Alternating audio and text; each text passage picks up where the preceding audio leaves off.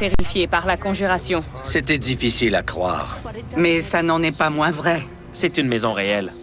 Une famille réelle y a vécu. Le mal, à l'état pur, est présent dans le monde. On vivait dans un petit coin de paradis, mais c'était l'enfer.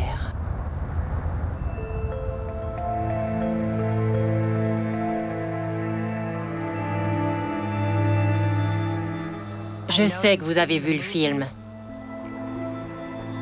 Mais voici notre histoire. Je vais vous raconter ce qui s'est vraiment passé dans la maison. Je suis ici pour vous dire la vérité.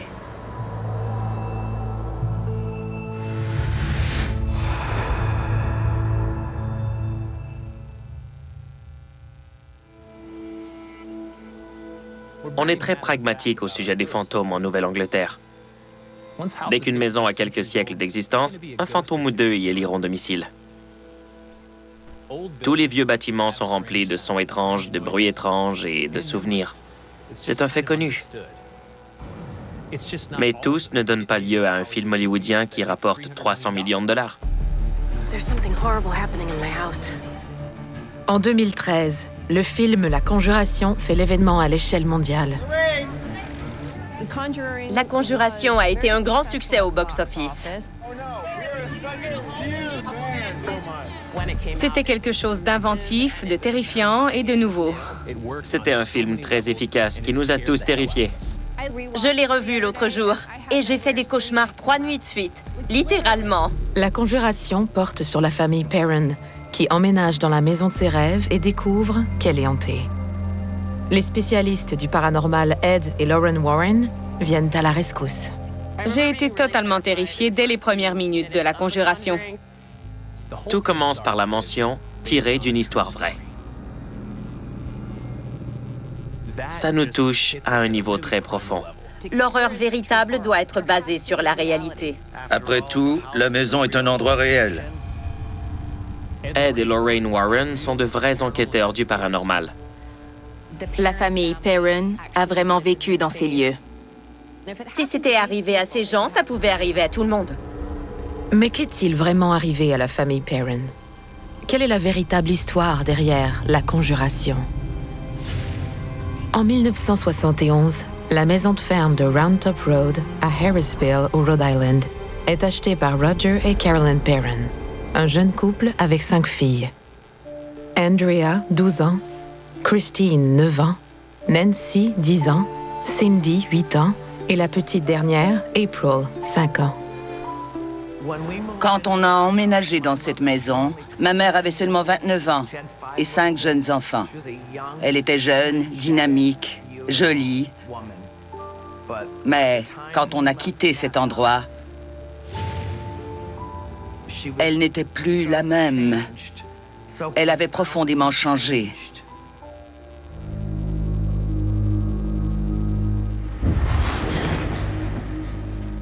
Est-ce que ça m'est arrivé?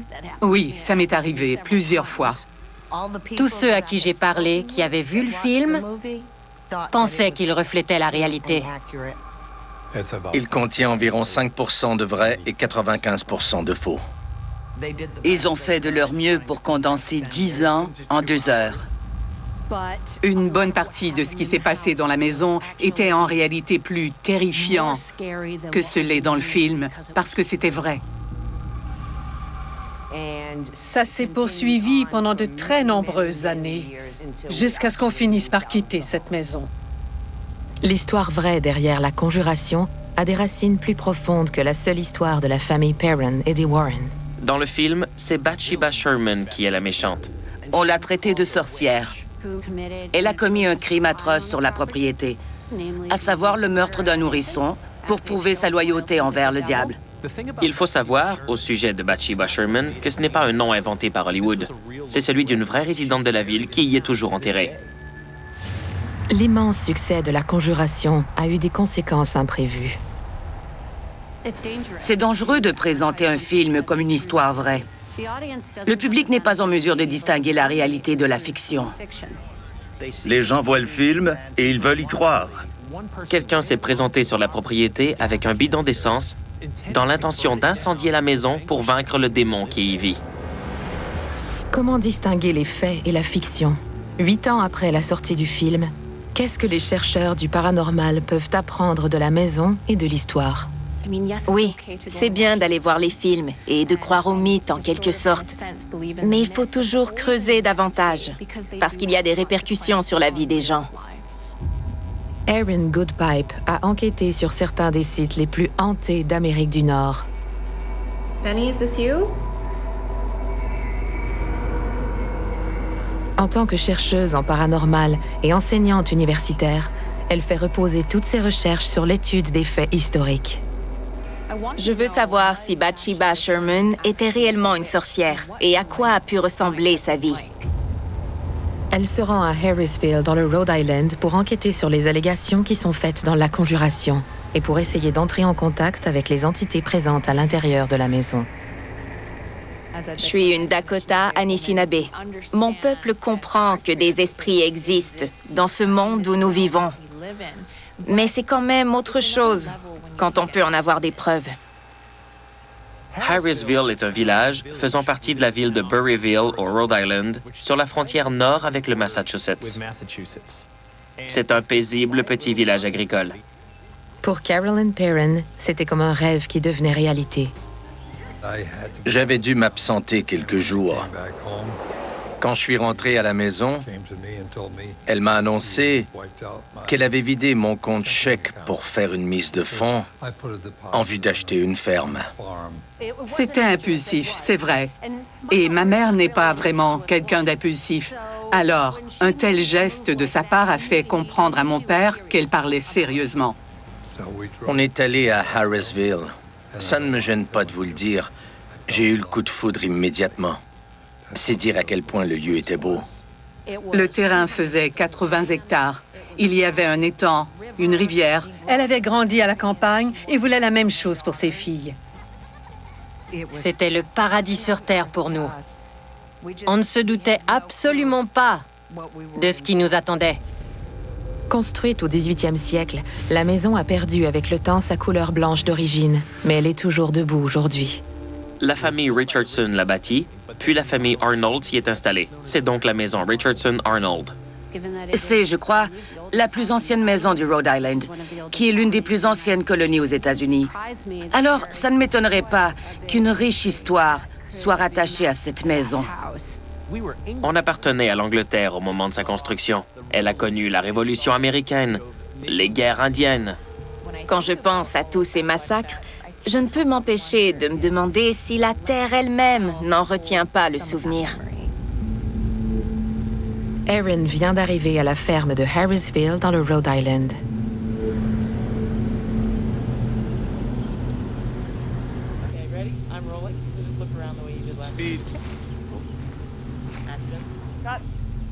On venait de commencer à filmer quand cette porte, juste là, s'est ouverte et s'est refermée. C'est déjà une expérience extraordinaire. Les esprits sont déjà à l'écoute. Ils sont ici avec nous et notre équipe.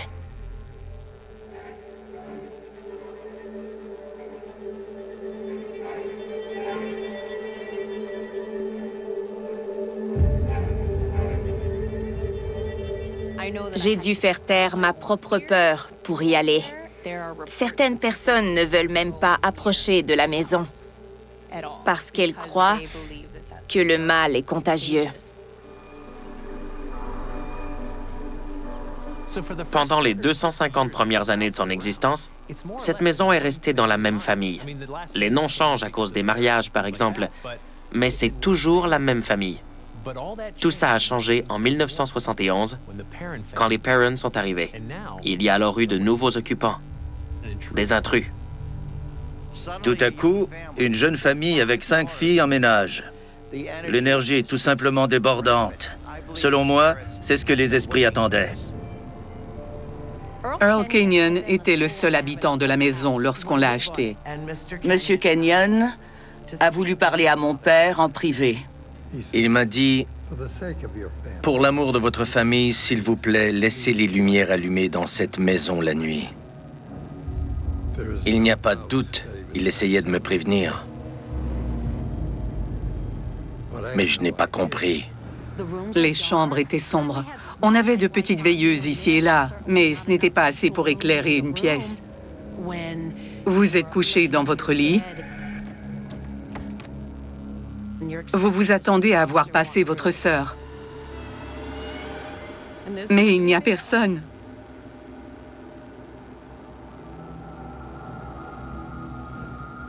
C'est arrivé souvent. Et c'était terrifiant pour une enfant. Ça a commencé presque tout de suite. C'est une histoire de meurtre, d'erreur judiciaire, peut-être même de crime organisé. Il n'aurait jamais été déclaré coupable sans l'action d'André Arthur. 40 ans plus tard, cette histoire-là est loin d'être finie. Présumé innocent, l'affaire France-Alain, vendredi 21h, à Canal D. 42 ans avant que leur vie n'inspire un film d'horreur à succès,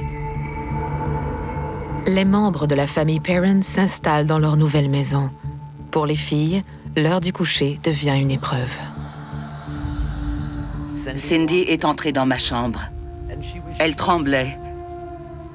Je lui ai demandé ce qui n'allait pas. Elle a dit « J'entends des voix tout autour de mon lit. Elles parlent tout en même temps.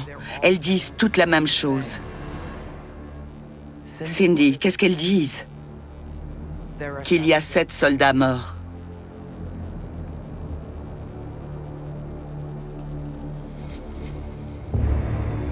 Il y a 7 soldats morts enterrés dans le mur. Elle l'a répété à maintes reprises. Il y a 7 soldats morts enterrés dans le mur. 7 soldats morts enterrés dans le mur. 7 soldats morts enterrés dans le mur. Elle était terrifiée.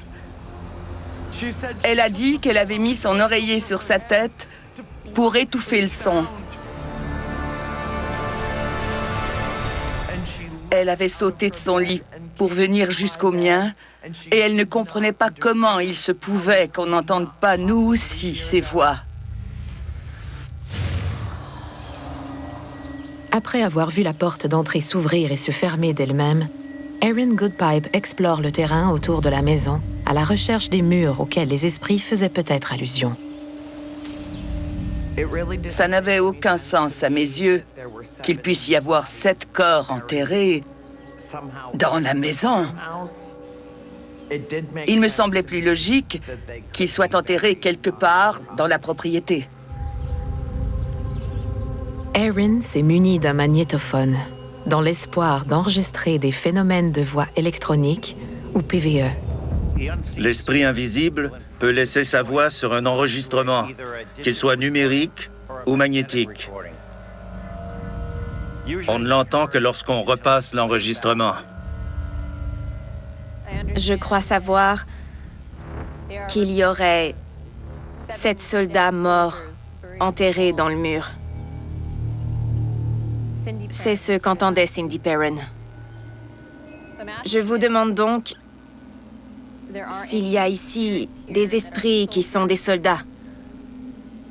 Vous parliez peut-être de ce mur de pierre qui entoure la maison. Il y a peut-être une tombe ici, près du mur. On peut penser que des gens sont morts sur cette propriété pendant la guerre. Toute cette région est connue pour ces phénomènes étranges, depuis maintenant des siècles. Si vous m'écoutez, s'il y a ici des soldats, vous pourriez laisser quelque chose sur le mur pour qu'on puisse le trouver. Je vous remercie d'avance pour tout message que vous serez disposé à nous transmettre.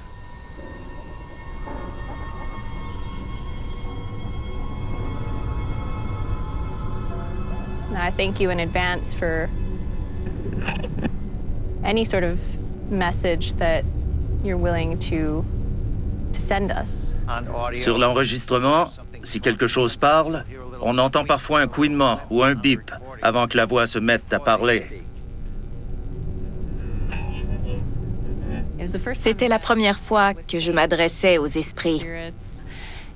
J'ai vraiment eu l'impression d'une forme de présence, mais pas encore prête à parler ou à interagir. Cindy me disait qu'il y avait quelqu'un dans sa chambre la nuit précédente qui répétait sans cesse qu'il y avait 7 soldats morts enterrés dans le mur et qui le disait encore et encore. Je ne connaissais rien aux esprits, alors c'était difficile à croire. Les esprits pensaient peut-être que j'étais faible et qu'ils pouvaient s'en prendre à moi et me tourmenter. J'ai demandé à Cindy combien de fois elle les avait entendus.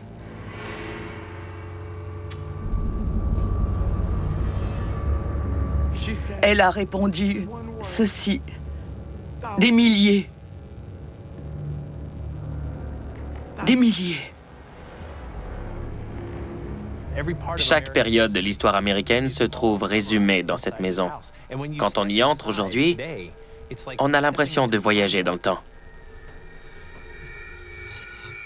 Erin a demandé aux propriétaires actuels la permission d'entrer seule dans la maison.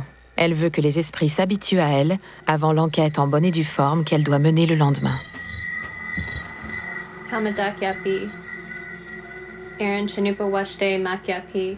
Après mon interaction près du mur, j'ai vraiment eu le sentiment d'une présence, mais qu'il allait falloir un certain temps pour bâtir une relation. Je suis sûre que vous m'avez vu maintenant. Je suis venue pour entendre votre histoire, pour entendre votre vérité, pour recueillir des preuves. S'il y a quelque chose que vous souhaitez faire, peut-être déplacer un objet, émettre un son, effleurer ma main, si vous voulez. Vous pouvez aussi utiliser cet appareil, en tirer de l'énergie, si vous avez un message pour nous. La présence d'esprit se manifeste de différentes manières à nos sens. Il arrive que les piles se déchargent d'un coup. Ça peut être une odeur fantôme, ça peut être un son ou un phénomène visuel, comme une apparition. Tandis que Cindy est terrifiée à la perspective de dormir seule, les esprits s'en prennent à Carolyn.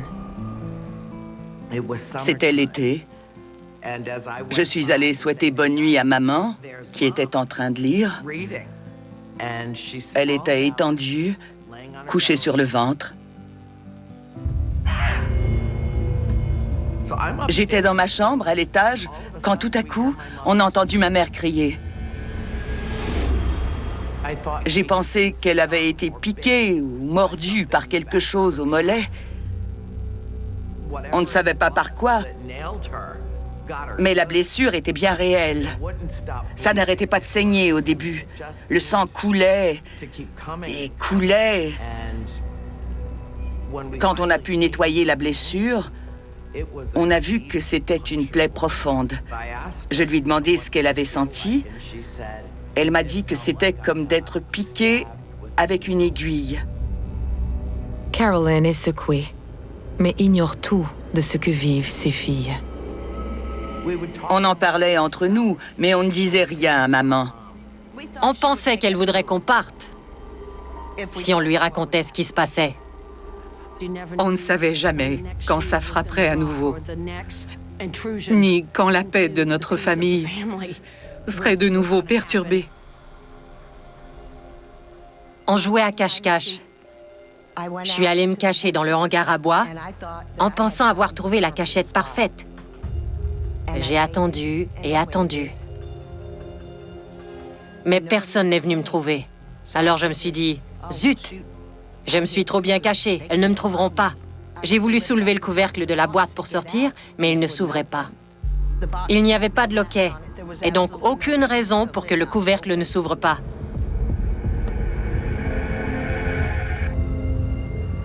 J'ai cru que quelqu'un était assis sur le couvercle. Je me suis mise à crier, à hurler, à l'aide. Descends du couvercle, à l'aide, laisse-moi sortir. J'avais le cœur qui battait. Je me suis mise à prier Dieu. Je frappais des pieds et des poings jusqu'à ce que j'ai épuisé toute mon énergie. Puis, le couvercle de la boîte s'est soulevé. Ma sœur Nancy me regardait d'en haut. J'ai voulu la serrer dans mes bras. Elle a dit, « Pourquoi tu m'as fait ça ?» J'ai dit, « Je n'ai rien fait. J'essayais de te sortir de là. » Mais Sandy était totalement hystérique.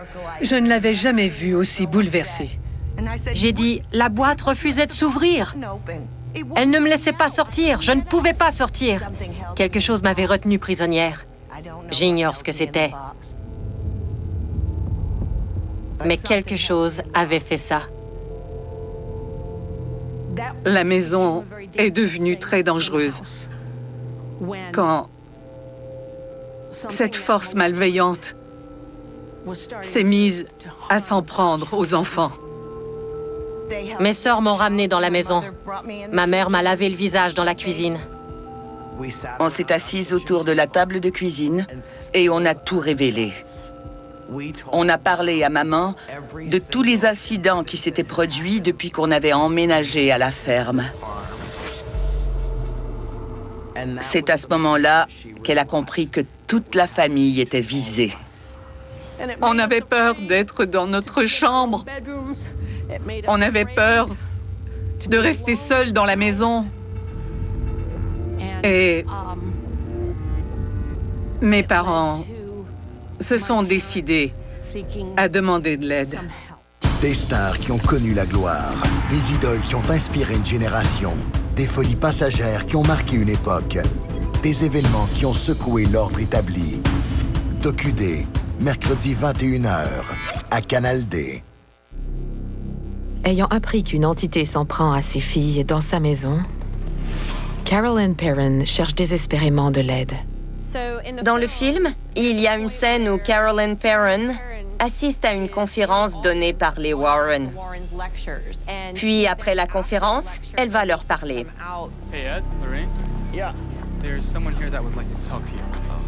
Ça donne le coup d'envoi à toute l'affaire. Mais ça ne s'est pas vraiment passé comme ça. En réalité, les premiers enquêteurs à étudier la maison n'ont pas été Ed et Lauren Warren, mais un groupe d'étudiants.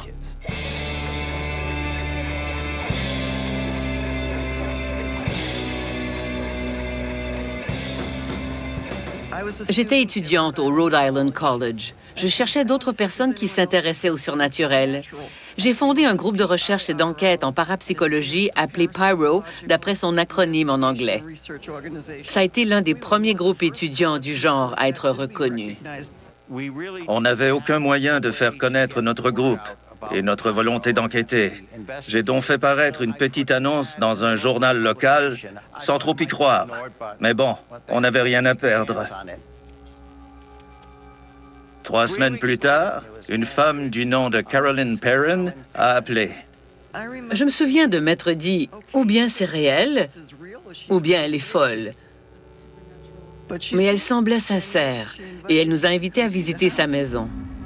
Le samedi suivant, Keith Johnson, son frère Carl et Donna se rendent chez les Perron. Mon frère et Donna sont restés en bas. Ils parlaient avec Carolyn. Les filles m'ont conduit à l'étage pour me montrer les chambres. Elles m'ont dit à quel point elles avaient peur du mauvais esprit dans cette maison. Il m'a demandé où était ma croix. J'ai dit qu'on n'en avait pas assez pour tout le monde et que je n'en avais pas dans ma chambre. Il a alors trouvé un bout de craie et il est allé à ma fenêtre pour dessiner une croix sur la moustiquaire. Tout a changé du tout au tout en un éclair. Le bâton qui tenait la fenêtre ouverte a volé à travers la pièce et a heurté le mur. La fenêtre s'est fermée brutalement. J'ai alors été frappée au visage. Ça l'a frappé de côté. Sa tête a volé en sens inverse. Ses cheveux vers le haut. Ça m'a frappé au visage. Ma tête a tourné complètement vers le côté et ça m'a fait mal. Ça m'a blessé au cou et ça m'a vraiment fait très mal. J'ai compris que c'était bien réel. J'avais provoqué quelque chose. Vivre dans cette maison, c'était les montagnes russes. Un jour, on était tellement heureuses d'y être, absolument ravis. Le lendemain, on était horrifiés et sous le choc. C'était difficile. J'ai dit à Carolyn, « Carolyn, je crois qu'il y a ici une présence très maléfique. C'est un esprit démoniaque. On n'imaginait pas qu'on aurait affaire à quelque chose d'aussi important si vite. Pour finir, elle s'est tue un moment. Puis elle nous a demandé si on croyait qu'elle était folle. J'ai répondu « Absolument pas. Et on va faire tout notre possible pour vous aider. » Carolyn est soulagée. D'autres personnes peuvent témoigner de la réalité de l'entité. Il lui reste à en convaincre son mari, Roger. Roger est voyageur de commerce. Carolyn doit donc se débrouiller seule très souvent. Mon père ne croyait pas que la maison était hantée. Pour lui, on imaginait tout ça. C'est ce qu'il devait se dire. Super! Toute ma famille est devenue folle pendant mon absence. C'est difficile à croire, ce l'est, certainement. Mais ça n'en est pas moins vrai. Quelques semaines plus tard, Donna reçoit un appel qui change tout. Le téléphone a sonné, c'était Carolyn. Je reconnaissais à peine sa voix. Elle était très anxieuse. Elle a dit « Donna, je ne peux pas rester dans cette maison une minute de plus. » C'était pourtant la même femme qui m'avait dit que rien ne la ferait partir. J'ai dit « Calmez-vous, commencez par le commencement. Que s'est-il passé? » Pendant que Roger et elle dormaient dans leur chambre, elle avait cru entendre quelque chose qui l'avait réveillée. Quand ses yeux s'étaient habitués à l'obscurité et qu'elle avait pu voir clairement, elle avait distingué une silhouette au pied de son lit, dont la tête penchait d'un côté, le cou tordu. Elle voyait la silhouette se rapprocher d'elle de plus en plus en contournant le coin du lit. Ma femme a essayé de me réveiller de toutes les manières possibles. Elle m'a secoué, m'a tiré les cheveux. Elle a tout fait pour me réveiller, mais sans succès.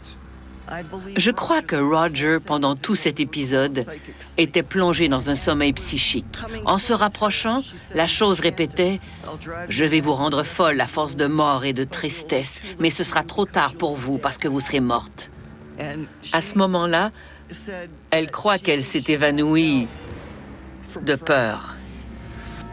2 heures plus tard, Roger se réveille. J'ai dit, j'ai quelque chose au dos, ça me fait mal. Caroline m'a examiné et elle a dit, ton dos est couvert d'égratignures, Roger. J'ai dit, mon Dieu, qui a fait ça? Mais je n'avais pas de réponse, car en quelques heures, les égratignures ont disparu.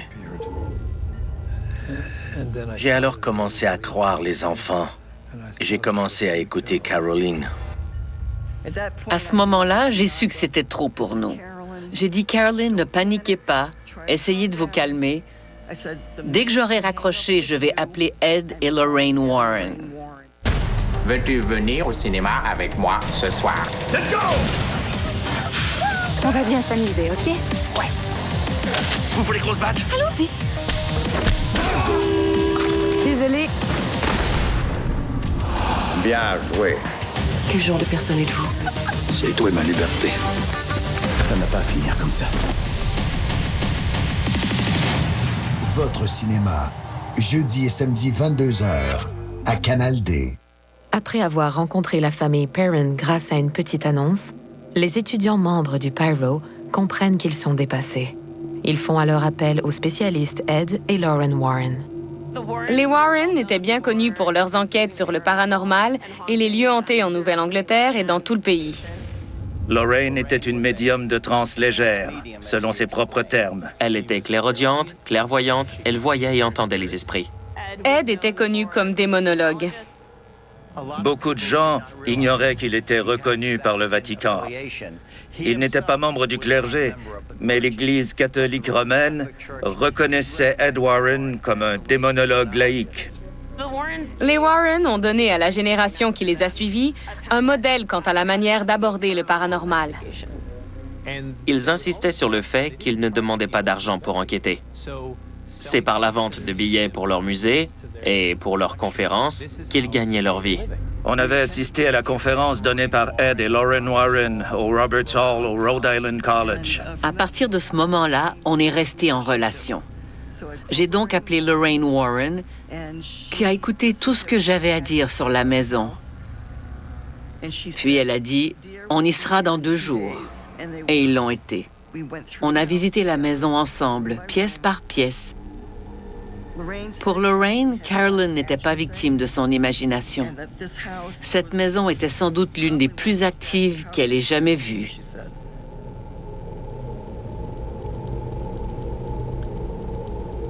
Madame Warren s'est promenée dans toute la maison.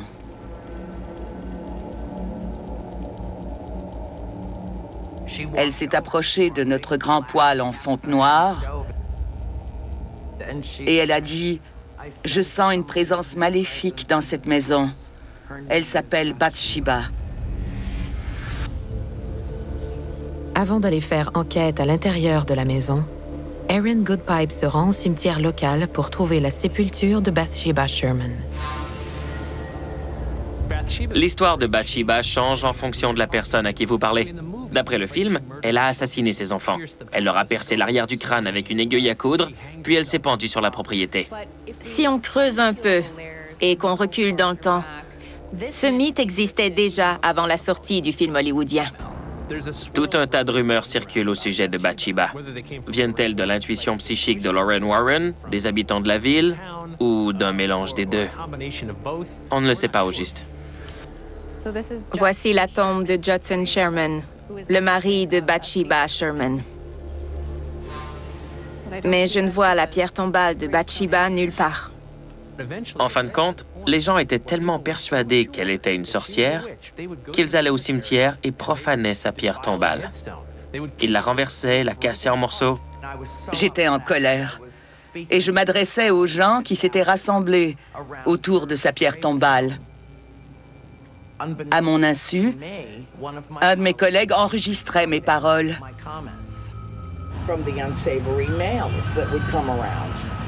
Il l'entend. Elle crie son nom. À tue-tête. Bathsheba. C'est parfaitement clair. C'est un PVE exceptionnel. On l'entend comme vous m'entendez en ce moment. On était une trentaine à être réunis sur sa tombe et personne ne l'a entendu. Plus Carolyn entendait Lorraine en parler, plus tout ça lui paraissait parfaitement logique. Le cou cassé, la perforation, l'aiguille à coudre qui perce le crâne du bébé, le fait que c'était apparemment un esprit féminin qui essayait de la chasser. La sorcière satanique est en quelque sorte liée à Satan. Sa magie lui vient de Satan, généralement en échange de quelque chose. L'offrande de Bathsheba au diable a été son enfant. Il s'agit de faire un pacte avec le diable pour obtenir une jeunesse et une beauté éternelle. Carolyn n'était plus la même depuis la nuit de l'apparition. Elle avait perdu tout son entrain et sa vivacité. Elle a commencé à décliner à bien des égards. Elle a perdu beaucoup de poids. Elle avait constamment des marques sur le corps et des cernes sous les yeux. C'était comme si elle se repliait sur elle-même. Madame Warren était certaine que ma mère était tourmentée par l'esprit et qu'elle craignait d'être sur le point d'être possédée. Les spécialistes du paranormal Ed et Lauren Warren sont convaincus que Carolyn Perron est sur le point d'être possédée. Ça devenait plus dangereux. On avait des expériences en commun avec ma mère. Papa est rentré à la maison avec un plein chargement de provisions. Il avait acheté un sac d'oranges.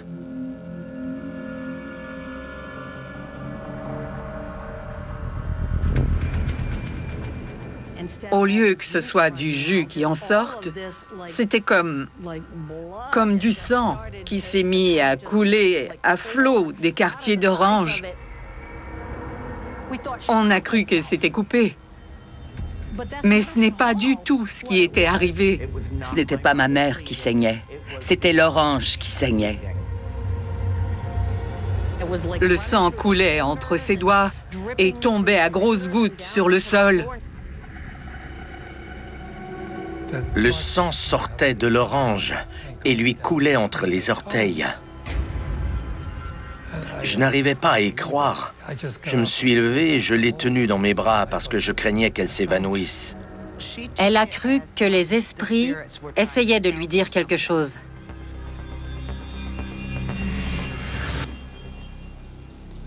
Cette propriété se trouve littéralement sur la frontière entre le Rhode Island et le Massachusetts. Salem n'est pas très loin, ni Hartford ou Connecticut, où ont eu lieu les premiers procès pour sorcellerie. On peut considérer le Rhode Island comme un refuge pour les sorcières, car aucune femme n'y a jamais été exécutée en raison d'une condamnation pour sorcellerie. Bonjour Betty. J'ai eu l'occasion de rencontrer Betty Mencucci, qui est une historienne de la région. Elle possède de l'information sur l'histoire locale et en particulier sur Bathsheba Sherman. Elle est née en 1812 et morte en 1885. Elle a eu 3 enfants, Julia, Edward et Herbert. Les 2 premiers sont morts en bas âge. Julia à l'âge de 2 ans et Edward à 1 an. C'est le point de départ de la légende. Il y a bien des enfants qui sont morts sous sa garde. Ça, c'est vrai. Mais elle ne les a pas tués. C'est le genre d'événement dans la vie d'une femme qui pouvait la faire accuser de sorcellerie. Si elle avait commis un crime, les journaux en auraient parlé. Ils auraient exploité la chose. En cas de meurtre, les journaux en parlent et l'histoire se répand dans tout le pays. J'ai lu tous les journaux de la ville, en remontant au tout premier. Bathsheba n'est jamais mentionnée nulle part. Nulle part. C'était une femme de ferme. Elle devait travailler à la ferme. On pense qu'elle devait vivre sur Collinstaff Road, qui se trouve à l'est de Round Top Road. Elle ne serait pas allée du côté de la maison Arnold sans raison. Au moment de commencer mon enquête, je trouve absurde que Bathsheba n'ait même pas vécu sur cette propriété. Elle était tellement diabolisée.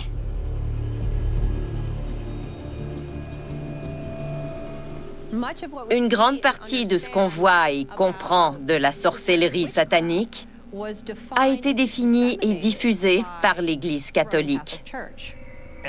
Il n'était question que d'anges, de démons, de Dieu, de Jésus, d'eau bénite, de crucifix. Pour Ed, ce n'était pas seulement des objets religieux, c'était ses armes dans sa lutte contre le mal. Dans La Conjuration, Ed pratique un exorcisme dans le sous-sol de la maison. En réalité, les Warren ont fait une séance de spiritisme dans le salon de la famille Perron. Convaincus que la maison est hantée, les Warren optent pour une séance de spiritisme. Tout le monde prend place autour d'une table et Lorraine tente d'établir un contact. J'ai demandé ce qui se passait. Elle a dit que c'était une séance de spiritisme. J'ai dit pas dans cette maison. Lorraine l'a regardé et elle lui a dit « Si vous aimez votre femme, vous nous laisserez faire. » J'étais là ce soir-là. On nous avait dit de monter dans nos chambres, mais Andrea et moi, on est redescendus en cachette. Entre-temps, ils avaient allumé des bougies et les avaient placées sur la table.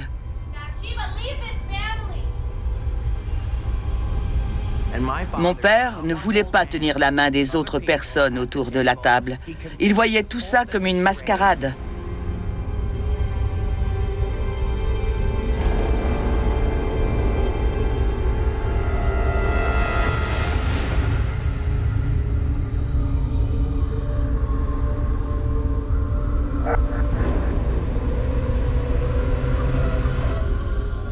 Ça n'était pas commencé depuis plus de 3 minutes, quand tout à coup, ma femme, je l'ai regardée, tout son corps était tordu, tendu. Je ne la reconnaissais pas. Elle a rejeté sa tête par en arrière et j'ai entendu ma mère commencer à émettre des sons qui ne devraient pas sortir d'un être humain.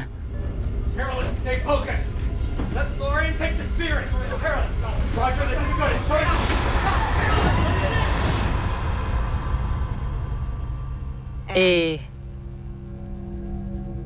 on est restés là, figés d'effroi et d'horreur, Andrea et moi, sans bouger. Puis, tout à coup, j'ai vu sa chaise se soulever du sol et elle a volé jusque dans le salon sous mes yeux.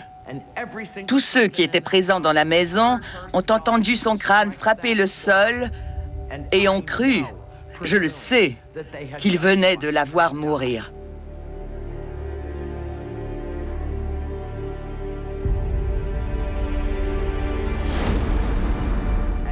Au moment où mon père a voulu se précipiter au secours de ma mère, Ed Warren a commis la terrible erreur de le saisir par le bras pour le retenir. J'ai dit, sortez d'ici. Sortez de cette maison tout de suite. Sortez d'ici tout de suite. Et j'ai fait sortir toute la bande de ma maison en moins de 5 minutes. La chose, quelle qu'elle soit, qui a possédé ma mère pendant ces quelques instants, voulait manifester sa présence à Ed et Lorraine Warren. Elle a parfaitement réussi. Des phénomènes étranges. Je sentais que la maison était vivante. Inexplicables. On n'était pas les bienvenus. Surnaturel. Un esprit était entré dans mon corps. Mythe. À mon avis, c'est un Bigfoot. Ou complot. Que nous cache le gouvernement? À vous d'y croire. Les jeudis paranormaux, dès 20h, à Canal D. Dans la maison des Perron, les Warren tiennent une séance de spiritisme qui tourne terriblement mal. Carolyn se cogne la tête contre le sol et reste inconsciente.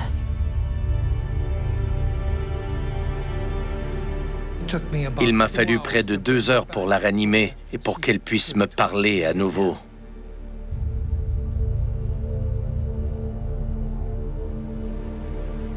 Ça a été une nuit terrible dans notre maison. Ma mère a failli perdre la vie ce soir-là, parce que quelqu'un pensait connaître la meilleure manière de gérer le problème. Après le tournage de La Conjuration, Lorraine Warren m'a présenté ses excuses, admettant qu'ils avaient de beaucoup dépassé les bornes. Ils avaient sous-estimé le danger. Personne ne pouvait croire ce qu'on avait vu se produire dans notre maison ce soir-là. Mais quand je vous dis que le mal, à l'état pur, est présent dans le monde, je sais de quoi je parle. Après sa discussion avec une historienne locale, Erin a des doutes sur les rumeurs au sujet de Bathsheba Sherman. Elle se rend aux archives locales pour faire ses propres recherches. C'était pratique courante dans les villes de la Nouvelle-Angleterre de tenir un registre appelé « Livre noir ». Si Bathsheba s'est bien suicidée, elle devrait être ici. Le livre noir de Burryville est une sorte de registre où sont consignés tous les événements étranges et malheureux survenus dans la ville depuis les origines. Suicides, meurtres, morts prématurées, accidents, etc. Quelqu'un a eu l'idée de les réunir tous au même endroit pour écrire l'histoire de la ville. Je vois quelques membres de la famille Arnold dans ce registre. Cela dit, Bathsheba Sherman n'y figure pas. Elle n'est pas dans ce livre. On s'attendrait à ce qu'elle y soit. Si elle s'était pendue, si elle était morte d'une manière inhabituelle. Je me demande donc comment elle est morte. Je vais jeter un coup d'œil à son avis de décès. On dit ici, dans la Burryville Gazette du 25 mai 1885, que Bathsheba Sherman, veuve de feu Judson Sherman, est morte à sa résidence lundi dernier au matin d'une attaque soudaine de paralysie à l'âge de 72 ans. Elle n'est pas morte pendue.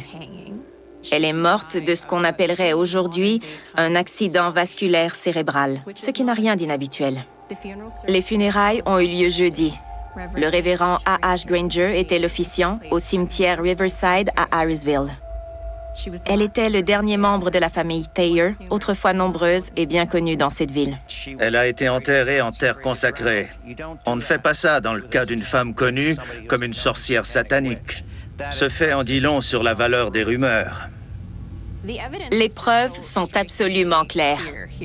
L'idée que Bathsheba Sherman ait été une sorcière et qu'elle soit morte par suicide est tout simplement fausse. Elle n'est peut-être pas la sorcière qu'on croyait qu'elle était.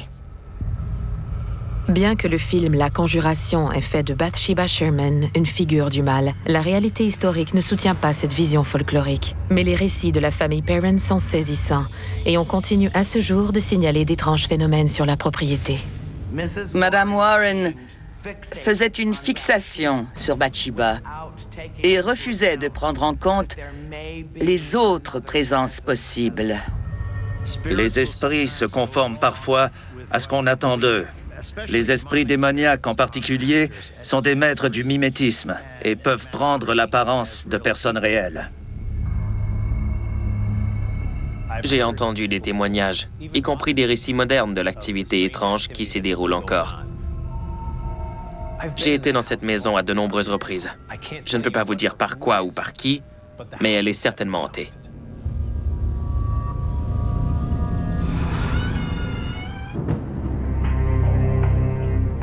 Nous souhaitons communiquer.